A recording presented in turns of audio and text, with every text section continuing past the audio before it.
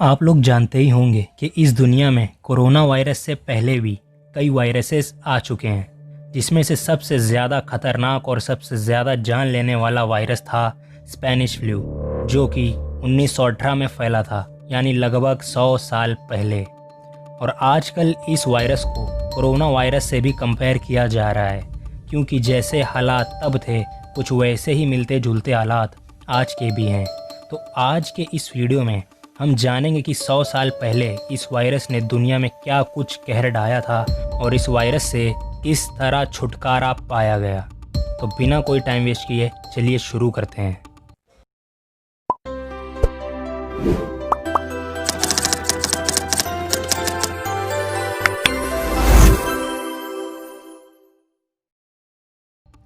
जैसा कि इसका नाम स्पेनिश फ्लू है, ये वायरस स्पेन से नहीं फैला था, क्योंकि 1918 में वर्ल्ड वॉर 1 चालू था और सारी दुनिया की नज़र उस पर ही थी। लेकिन स्पेन वर्ल्ड वॉर 1 में न्यूट्रल कंट्री थी, यानी उन्हें वॉर से कोई लेना देना नहीं था। ये महामारी स्पेन से पहले और भी कई देशों में फैल चुकी थी, लेकिन वर्ल्ड वॉर के चलते बहुत से देशों ने इस पर तवज्जो नहीं की। जब ये बीमारी स्पेन में पहुंची तो इन्होंने इस बीमारी को अपने न्यूज़ चैनल और मीडिया में दिखाना शुरू किया, ताकि लोगों को इस महामारी के बारे में ज़्यादा से ज़्यादा पता चल सके। अब क्योंकि स्पेन ने सबसे पहले इस न्यूज़ को दिखाया था, तो दुनिया वालों को लगा कि ये महामारी स्पेन से ही शुरू हुई है, जबकि स्पेन वालों का मानना यह था कि ये वायरस फ्रांस से आया था और ये इस वायरस को फ्रेंच फ्लू कहते थे। साइंटिस्ट अभी तक श्योर नहीं थे कि ये महामारी कहाँ से आई थी, लेकिन बहुत सी अलग अलग थेरीज़ हैं जो कि फ्रांस, चाइना, ब्रिटेन और यूएसए की तरफ इशारा करती हैं। और ये स्पेनिश फ्लू नाम की महामारी दुनिया के इतिहास में सबसे बड़ी और जानलेवा महामारी थी। इसने सारी दुनिया में करीब 500 मिलियन लोगों को अपनी चपेट में लिया था, जिसमें से करीब 50 मिलियन लोगों की मौत हो गई थी। इस महामारी में भी लोगों को घरों में रहने को कहा गया था, लोगों को मास्क पहनना, एक दूसरे से दूरी बरतने का आदेश दिया गया था। सारी पब्लिक प्लेसेस को बंद कर दिया गया, जैसे कि स्कूल्स, चर्चेस, थिएटर्स, मार्केट्स वगैरह, और बहुत सी स्कूल्स और प्राइवेट सेक्टर्स को हॉस्पिटल में तब्दील कर दिया गया, ताकि ज़्यादा से ज़्यादा मरीज़ों को ठीक किया जा सके। देखते ही देखते इसी तरह एक साल निकल गया और 1919 का साल ख़त्म होते होते ये महामारी भी किसी तरह ख़त्म हो गई। लेकिन इस वायरस ने जाते जाते बहुत सी जानों को अपने साथ ले गया और डॉक्टर्स और साइंटिस्ट के दिमाग में एक तरह का डर छोड़ गया, क्योंकि किसी को भी इस बीमारी का पक्का इलाज नहीं मिल पाया था। ऐसा कहा जाता है कि 4 साल के वर्ल्ड वॉर 1 से ज़्यादा इस 2 साल की महामारी ने लोगों की जानें ली हैं।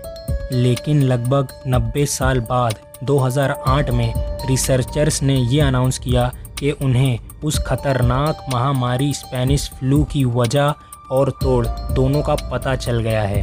1918 से अब तक दुनिया में बहुत सी महामारियां आ चुकी हैं, जैसे कि 1957 में एशियन फ्लू, जिसने लगभग 2 मिलियन यानी 20 लाख लोगों की जान ली थी, और 2009 में स्वाइन फ्लू, जिसने करीब 3 लाख लोगों को अपनी चपेट में लिया था। लेकिन इनमें से सबसे ज़्यादा खतरनाक स्पेनिश फ्लू ही था। और अगर बात करें आजकल के हालात की, तो ये वायरस भी कुछ कम खतरनाक नहीं है। इस महामारी ने भी सारी दुनिया में करीब 64 लाख लोगों को अपनी चपेट में ले रखा है और अब तक लगभग 3,80,000 लोगों को मौत के घाट उतार चुका है। और अगर न्यूज़ या स्टैट्स की माने तो लगभग 30 लाख लोगों को रिकवर भी किया गया है। ये सब बताने का मकसद यही है कि आज से 100 साल पहले स्पेनिश फ्लू जैसे खतरनाक वायरस, जिसका इलाज तक नहीं था, उसे हमने ऐसे ही क्वारंटाइन और सोशल डिस्टेंसिंग के दम पर हराया था। तो उम्मीद है कि हम इस वायरस को भी इसी तरह से सोशल डिस्टेंसिंग का पालन करके हरा ही देंगे। रही बात वैक्सीन्स और इलाज की, तो 100 साल पहले की मेडिकल टेक्नोलॉजी और आज की modern medical and science technology में काफ़ी फ़र्क है। अगर आप लोग न्यूज़ देखते हैं तो आप लोग इस बात से वाकिफ़ ही होंगे कि वैक्सीनेशन का काम सारी दुनिया में कितने ज़ोरों शोरों से चल रहा है। रोज़ कोई ना कोई वैक्सीन कोरोना वायरस को हराने के लिए बनाई जा रही हैं। तो आज नहीं तो कल इसका इलाज आ ही जाएगा। बस हम लोगों को थोड़ा सा कोऑपरेट करने की ज़रूरत है।